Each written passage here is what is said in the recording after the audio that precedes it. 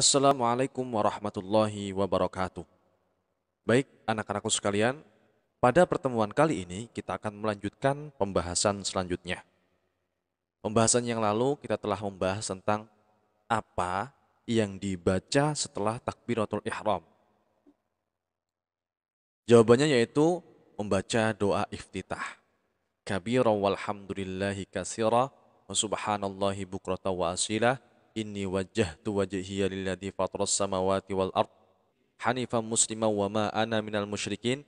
Inna salati wa nusuki wa mahyaya wa mamati lillahi rabbil alamin la syarika lahu wa bidzalika umirtu wa ana minal muslimin. Nah, pada pertemuan kali ini kita akan membahas selanjutnya yaitu madza taqra'u ba'da du'ail iftitah.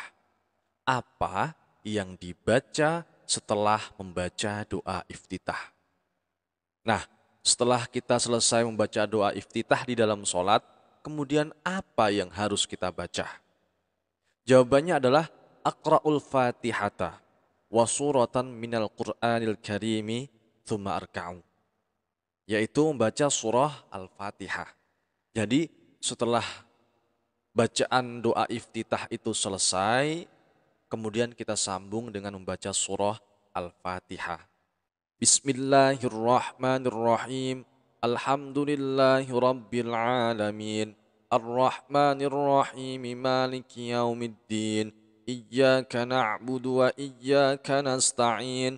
Ihdinas siratal mustaqim. Siratal ladzina an'amta 'alaihim ghairil maghdubi 'alaihim waladdallin. Amin. Surah Al-Fatihah dibaca sampai dengan selesai.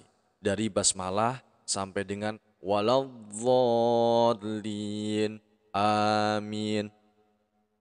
Nah, yang juga perlu kita ketahui, surah Al-Fatihah adalah rukun di dalam sholat. Jadi harus dibaca. Sekali lagi, surah Al-Fatihah adalah rukun di dalam sholat. Jadi wajib untuk dibaca dan bacaan kita diusahakan sebaik mungkin. Jadi tidak ngasal, tidak asal-asalan, tapi bacaan Al-Fatihah kita harus dengan baik. Kemudian setelah membaca surah Al-Fatihah, apa yang dibaca? Yaitu membaca surat dari Al-Quran atau membaca sebagian ayat yang ada di dalam Al-Quran. Kalau biasanya yang kita baca adalah surah-surah pendek. Nah, ini yang disunnahkan. Setelah membaca surah Al-Fatihah, kemudian kita sambung dengan membaca surah-surah pendek. Atau boleh bagian-bagian ayat yang ada di dalam Al-Quran. Tapi kalau belum hafal, boleh kita membaca surah-surah pendek saja.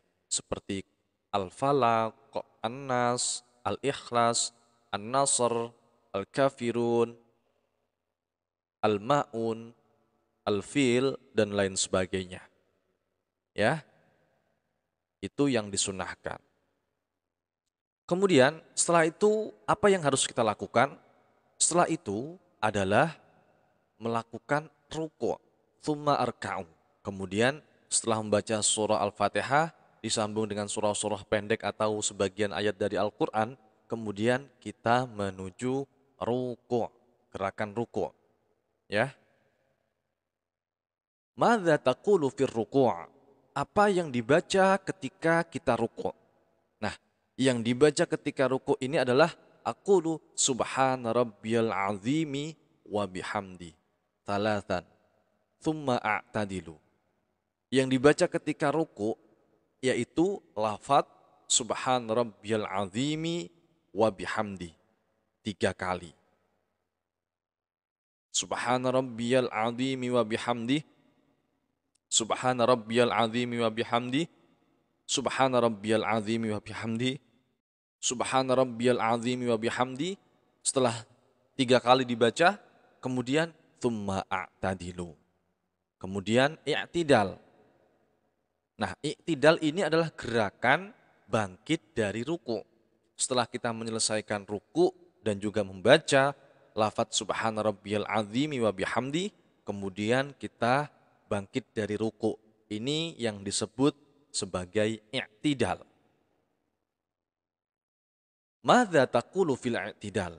Apa yang dibaca ketika i'tidal? Nah, ketika i'tidal ini juga ada doa atau bacaan-bacaan yang harus kita baca atau yang disunahkan untuk dibaca.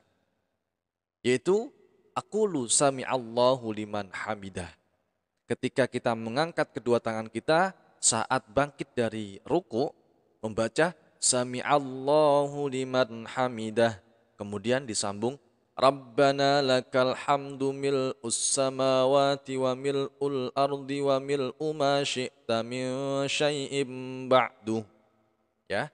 Setelah sami'allahu liman hamidah, kemudian membaca lafaz Rabbana lakal hamdu sampai dengan ruku tadi subhana rabbiyal azimi wa bihamdi sebanyak 3 kali. Kalau sujud subhana rabbiyal a'la wa bihamdi sebanyak 3 kali juga.